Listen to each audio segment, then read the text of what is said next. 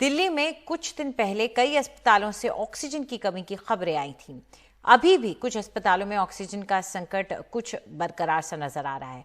Corona की दूसरी लहर में बड़ी संख्या में मरीजों को ऑक्सीजन की जरूरत पड़ रही है। हमारे सहयोगी सौरभ शुक्ला ने अपोलो अस्पताल के vice president operations and communication doctor Karan Thakur से बात की, जिन्होंने अस्पतालों में बेड, दवा और ऑक्सीजन की स्थिति समेत दूसरी लहर के स्ट्रेन के बारे में जानकारी दी। साथ ही लोगों से वैक्सीन लगवाने की भी अपील की है। अभी आप पूरे इंडिया में अपोलो में कितने पेशेंट्स ट्रीट कर रहे हैं? हमारे लगभग इस वक्त अपोलो हॉस्पिटल दिल्ली में करीबन 500 पेशेंट्स हैं और ग्रुप वाइड अराउंड 5000 अभी हम पेशेंट्स 5000 पेशेंट्स आप लोग ट्रीट कर रहे हैं जी। सर ये बताइए कि ऑक्सीजन इस बार हमने देखा दिल्ली में, चाहे वो गंगाराम हो, मैक्स हो, अपोलो हो, तमाम छोटे छोटे हॉस्पिटल्स हैं, वहाँ पर ऑक्सीजन की एक बहुत कमी रही है और आप लोगों को ने भी काफ़ी क्राइसिस फेस किया है। एक घंटे का ऑक्सीजन पर आपको ऑक्सीजन मिला है, इस पर क्या कहना है? अभी कैसे मैनेज कर रहे हैं आप? जी देखिए, एक इसमें ऑक्सीजन की हमारी रिक्वायरमेंट भी बहुत बड़ी है क्योंकि पेशेंट का नंबर भी काफ़ी हाई है और डिपेंडेंसी भी काफ़ी हाई है ऑक्सीजन की। इस वजह से डिमांड भी बहुत बड़ी है और बहुत जल्दी बढ़ी है।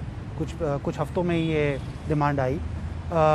बीच में आपका कहना ठीक है, बीच में इशू आए थे सप्लाई के, क्वांटिटी के, लेकिन इस हफ्ते से हमने थोड़ी सी स्ट्रीमलाइनिंग देखी है हमारी सप्लाई में और हम यही चाहते हैं और हमें आश्वासन दिया गया है कि कंसिस्टेंट सप्लाई मिलेगी और जितना कंजम्पशन है वो अब हमें मिलेगा।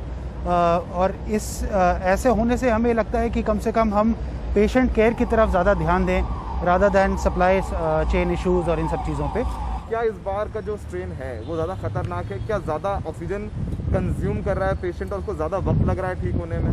देखिए, अभी डेटा तो निकल के आया नहीं है दोनों वेव्स को कंपेयर करने के लिए, तो कुछ भी ऐसा कहना कि ये इसकी सिवेरिटी या ऑक्सीजन डिमांड ज़्यादा या कम है कहना थोड़ा मुश्किल है। लेकिन क्योंकि वॉल्यूम इतना बड़ा है, केस लोड इतना बड़ा है एवरी डे, जैसे आपने बोला कि अब तो 3-4 लाख केसेस अब हो रहे हैं, उसमें अगर आप छोटा से प्रपोर्शन को भी देखें जिनको ऑक्सीजन की डिपेंडेंसी काफ़ी रही है तो वो नंबर काफ़ी इंक्रीज़ वैसे ही हो जाता है। पिछली बार दिल्ली में 8000 केस मैक्सिमम थे, 8-8,500 केस, ऑलरेडी हम 25,000 केसों पे हैं। तो प्रपोर्शनेटली देखिए तो काफ़ी पेशेंट्स हो गए जिनकी ऑक्सीजन की डिमांड बढ़ी है।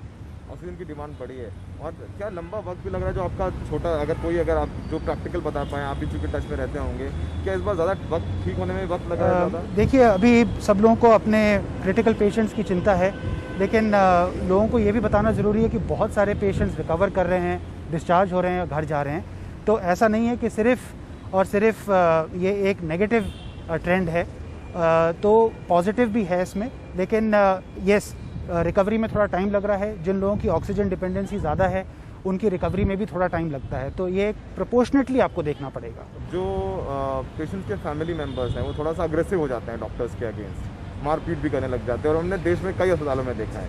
कितना मुश्किल है हेल्थ वर्कर्स के लिए, क्योंकि वो भी ज़्यादा एक्सटेंडेड शिफ्ट कर रहे हैं, कोविड पॉजिटिव भी हैं, उनके फैमिली मेम्बर्स भी हैं, वो कितना मुश्किल है उस वक्त लोगों को मैनेज करना है, क्योंकि जब वो इमोशनली बहुत वल्नरेबल होते हैं लोग, वो कितना मुश्किल है? बहुत मुश्किल वक्त है पेशेंट्स की फैमिलीज़ के लिए, हर सिटीज़न के लिए, नागरिक के लिए, और डॉक्टर्स, नर्सेज और फ्रंटलाइन वर्कर्स के लिए भी ये बहुत मुश्किल वक्त है।